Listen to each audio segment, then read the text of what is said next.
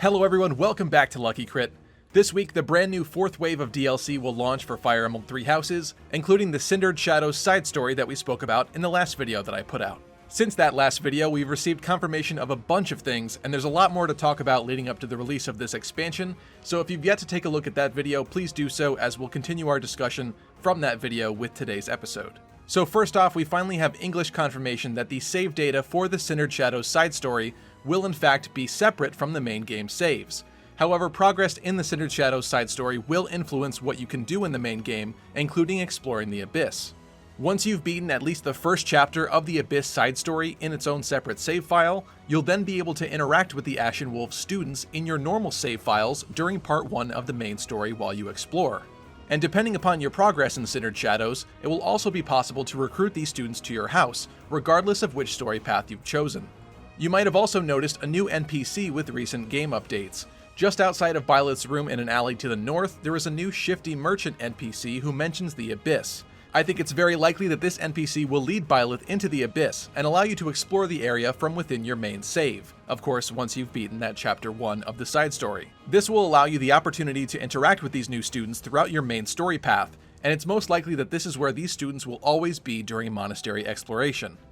These new students will basically function as completely normal students, and thanks to even more data mining, it also seems there's code present that implies they'll also have timeskip appearances too, so we haven't yet seen all there is to see of these brand new character designs either. Also thanks to data mining, we have the possible recruitment requirements for each of these new students. Please note that this could end up changing or even be completely disregarded, as all of this info was within the game's code from way before the DLC's launch, and things could have changed behind the scenes since then. But thanks to Serenus Forest, here's a look at what each student could possibly require. It seems that Yuri might require 15 Dexterity and a C rank in Faith, which makes sense. Balthus might require 15 Strength and C in Brawling. Constance might require 15 Magic and D in Flying. And Happy might require 10 Resistance and a C in Riding. It's also worth noting that these are the base requirements and don't consider support levels, which also help to reduce the requirements and make recruiting these students easier, which of course I'm sure you know from playing the main story. All of that seems to fit pretty nicely. It's unclear, however, which Cindered Shadows chapters you'll have to complete before being able to recruit each student though, as they might require different chapters. We've also now learned since the previous video I made that you won't be bringing all of your students into the Abyss in this mode. In fact, the player will be given a roster that includes the 3 lords, Edelgard, Dimitri, and Claude, alongside one representative of each house, in Linhardt, Ashe, and Hilda. So you'll be effectively playing Abyss mode then with these 6 students alongside the Ashen Wolves themselves. And coincidentally, these are also all the students that we saw in that initial trailer. The side story occurs near the start of part 1 of the main story, when the students of the monastery are still getting accustomed to their new lives at the Officers' Academy. It begins with Byleth and the 3 house leaders, among these select few students that we just discussed, following a suspicious figure into the monastery's basement. Beyond the tunnels, the player will discover a town called Abyss, often spoken of in rumors. Abyss is the last refuge for those who wish to escape society. For some reason, the Church of Seiros has reluctantly allowed the Abyss and its denizens to exist. We've also been introduced to a brand new character from the Cindered Shadows side story and Abyss, whose name roughly translates to Alphard. It turns out that Alphard was the 38-year-old male character who also turned up in the datamine info like these new Cindered Shadows students. Serenus Forest also noticed that if you take a look at the English subtitles for the Cindered Shadows trailer on YouTube, it lists the narrator as Aelfric, and the narration seems like something that Alphard would probably say, so it's very possible that this character's localized name will in fact be Aelfric. We've also got some bios for each of these new Cindered Shadows students, but I think that's best to focus on in a separate video, so please stay tuned for that. As we also knew from data mining, the 4 brand new classes that will be added to Fire Emblem Three Houses with this final DLC expansion are Trickster, War Monk and War Cleric, for males and females respectively, and the Dark Flyer and Valkyrie classes. And thanks to Serenus Forest for these translated class images as well. Dark Flyers are proficient in swords and reason magic, and of course, as the description here says, will in fact be getting Canto, as if that was ever in doubt since it is a mounted class. Tricksters are also interestingly enough proficient in swords, reason, and faith, so reason proficiency is coming along here, and I definitely didn't expect that, but that's nice. War Monks are of course proficient in axes, brawling, and faith magic, which all make perfect sense to go with this one. And there's definitely plenty of main house students that are absolutely going to love diving into some of these new classes for sure, so I can't wait.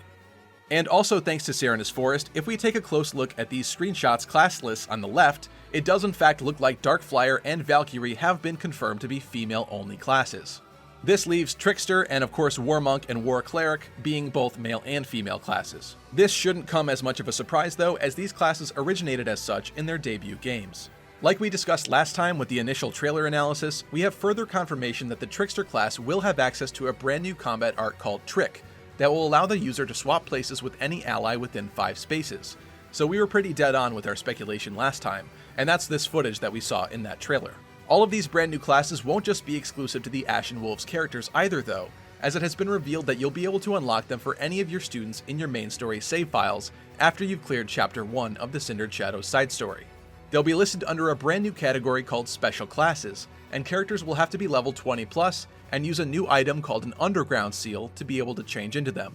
Anna also gets a little update here with this expansion too, and if you remember the recruitable Anna from Fire Emblem Awakening, she was a Trickster class character, and so with this update, once you complete Chapter 1 of the side story, you'll also now be able to change Anna into her Trickster attire via the unit appearance menu in Violet's room. She also gets a brand new portrait to coincide with this outfit as well, which is pretty nice. As we speculated from a close look of the original trailer, the Abyss will indeed have an armory and a blacksmith to buy and forge weapons, but we've also received confirmation from the official Twitter that money within Cindered Shadows will in fact be limited, so you'll have to be careful how you spend it. This is of course part of the challenge of this new restrictive mode. And as you might have expected, since this mode is restricted and set a certain way to be challenging, Violet's Sword of the Creator will actually naturally recover its uses during specific moments during this side story, so you can feel free to use it more here. With Byleth making it into Super Smash Bros. Ultimate, we also got some new Three Houses character spirits in the game, finally revealing some of the original artwork for many of the Three Houses characters and students that we hadn't yet received. And even the official Nintendo of America Twitter account began to reveal some of this new Chinatsu Kurahana illustrated artwork for these characters, specifically for the ones that will join you in Abyss mode, being Linhardt, Ash, and Hilda. And this brand new Three Houses DLC expansion will also be the focus of an upcoming Famitsu issue, which will feature details on the new characters, how this new side story will interact with the main story, and also interviews with the 2 directors, Toshiyuki Kuzakihara and Genki Yokota. We can also see that it will shed light on their personal abilities, but this screenshot is far too tiny and blurry to make them out.